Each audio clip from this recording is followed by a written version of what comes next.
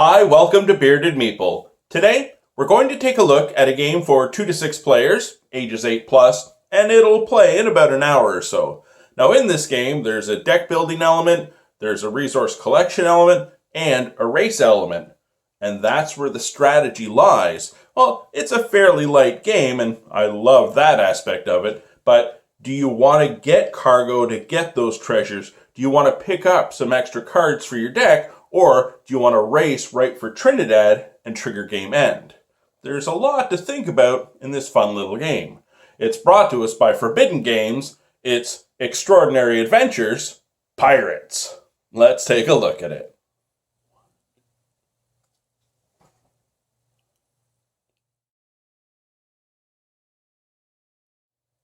Each player will receive 4 ships and 4 pirates. The pirates are used in the advanced gameplay. You also have a starting deck of 10 cards. There are merchant cards and there are port cards as indicated by their icon.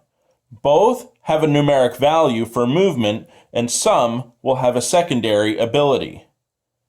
In the port cards, there's a basic deck and an advanced deck, featuring a skull and crossbones and a hand of cards.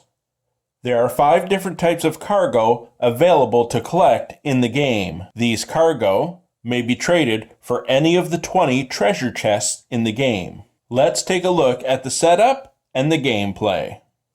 In the game, there are 3 distinct routes: blue, red, and black. As soon as a single ship reaches Trinidad, it will trigger game end. Each player will place one of their ships at a start location. The remaining ships are drawn from the bag to determine player order. Depending on the number of players, each player will have different conditions at starting the game.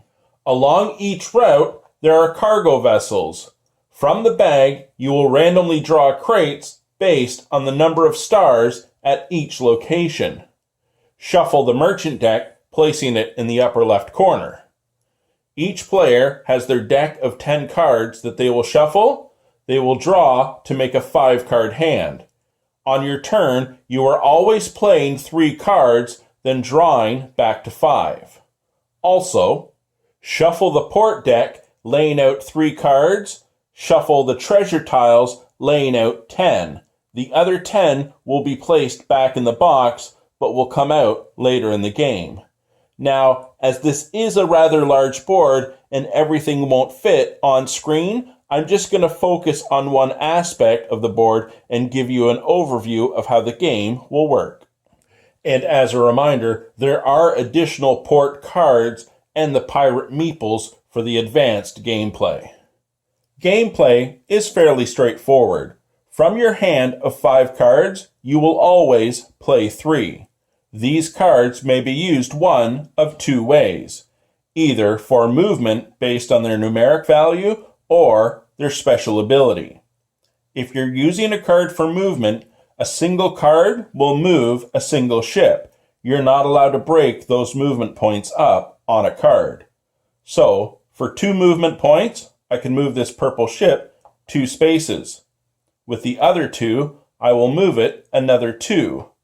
And with the 1, I'll move another ship 1 space on a different track. Most cards will move to your discard pile, but some cards will stay in play the entire game. However, other cards may get removed from the game completely. As you travel along a route, you may land on the spot indicated with a merchant ship and claim cargo, placing it in your personal play area. These will be worth a half point each at game end, but most likely you're going to use them on treasure. We'll explain that in a moment. As you claim the cargo, you may also take the top card from the merchant deck that's placed in the upper left corner of the board. They'll be indicated with the gold coin in the corner of the card. These cards will go to your discard pile and be shuffled back in your deck later in the game. They will give you additional movement points, and some of them will have abilities as well. As you continue to travel down the route, you'll land at a port. Here is where you can cash in the cargo you've collected and trade it for a single treasure tile. These are victory points at game end. You may also select one of the 3 face-up port cards, or draw blind from the top of the deck.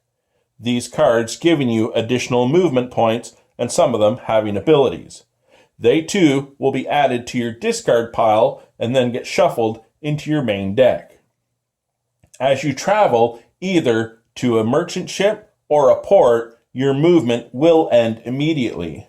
And also, as you travel, you are able to go back and forth as you must travel the entire distance stated on the card.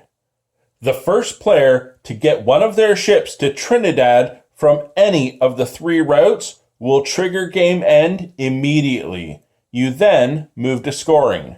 Players will receive points based on how their ships are placed on each of the 3 tracks based on the following chart, depending on the number of players.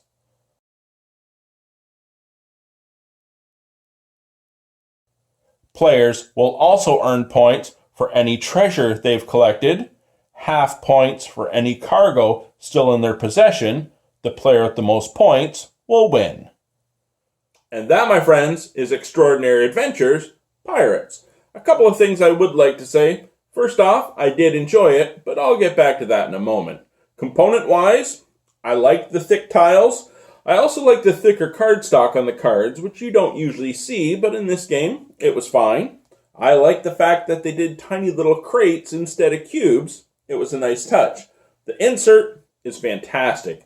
I like how the tray of ships fit in the tray, in the insert, everything stays where it's supposed to. Very well done. The board in this game is huge, but it needs to be because you have those 3 routes, and with a 6-player game, a smaller board, it would just be too crammed, and it's like, oh, where's this going? The board needed to be big. It was well done too. Now, gameplay, it's a light game, and even doing the advanced version, I wouldn't even classify it as a medium weight game. Maybe a light to medium game. Younger kids will certainly be able to play this, but as a general gamer, you're probably going to want to jump right to the advanced rules.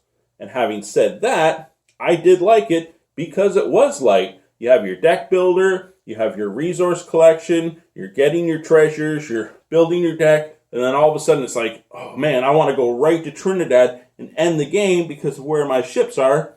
I might be able to win. I enjoyed it. I hope you get a chance to check it out. I'll talk to you again soon.